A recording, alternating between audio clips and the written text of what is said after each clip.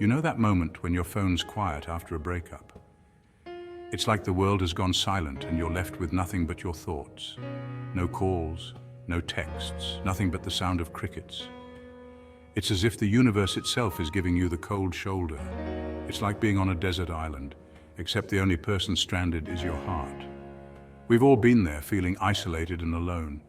You check your phone every 5 seconds, even though you know it's pointless.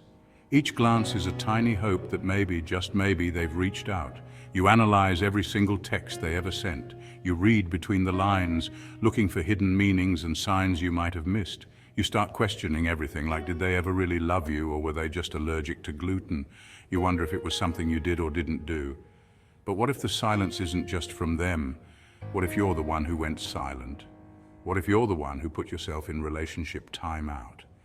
Maybe you needed space, or maybe you were scared. Welcome to the world of the avoidant attachment style, where running for the hills at the first sign of conflict is a love language. It's a defense mechanism, a way to protect yourself from getting hurt. But in the end, it leaves you just as lonely. Understanding this can be the first step towards healing and finding a healthier way to connect. Avoidants, bless their hearts, are like emotional turtles. They have this incredible ability to retreat into their shells at the slightest hint of intimacy or emotional closeness. They retreat into their shells at the slightest hint of intimacy. It's almost like a reflex, an automatic response to protect themselves from getting too close. It's not that they don't feel things, they feel deeply and profoundly. Their emotions are intense and vivid, almost overwhelming at times. They just experience emotions in high-def surround sound with extra bass. It's intense. Every feeling is amplified, making it hard to manage. So during no contact, there's this epic battle raging inside them, a constant tug-of-war between their desire for connection and their need for space. One side of their brain is all, I miss them, I should call.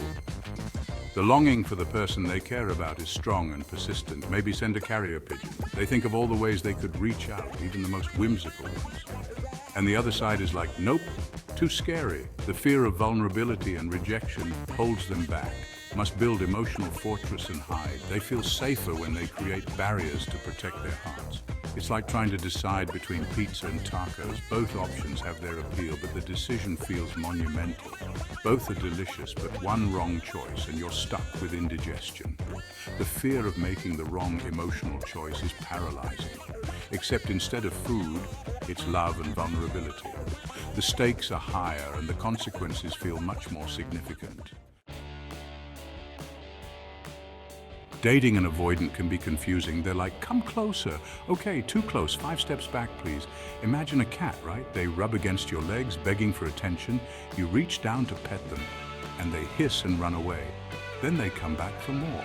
That's the avoidant attachment style in a nutshell.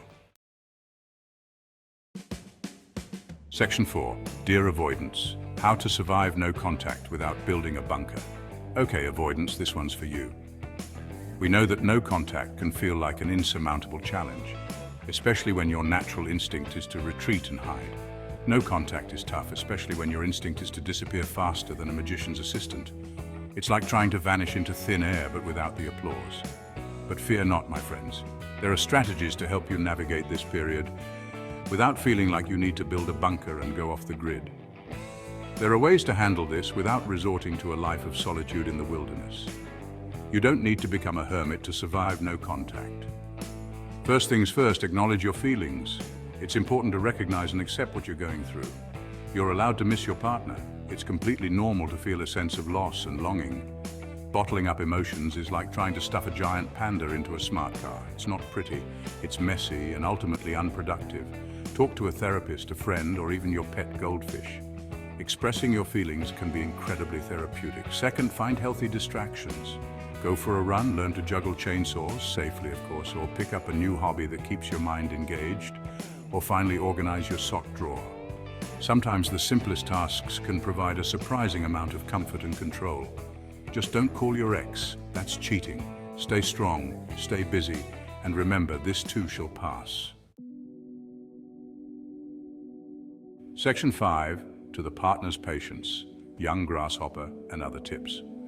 Now, to all the partners of avoidance out there, I know what you're thinking. Are they ever coming back? Should I send smoke signals? Do they even like me? First of all, breathe. It's not you, it's their attachment style. They need a little extra space to recharge their emotional batteries. And no, they probably don't want smoke signals. The best thing you can do is be understanding and patient, like the patience of a saint who teaches toddlers how to play the tuba. Let them know you're there when they're ready, but don't pressure them to open up before they're ready.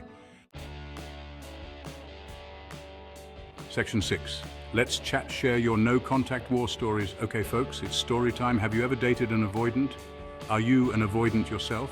Share your hilarious, awkward, or just plain relatable no-contact experiences in the comments below.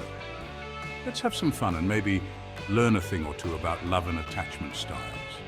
Remember, we're all in this crazy, messy thing called love together.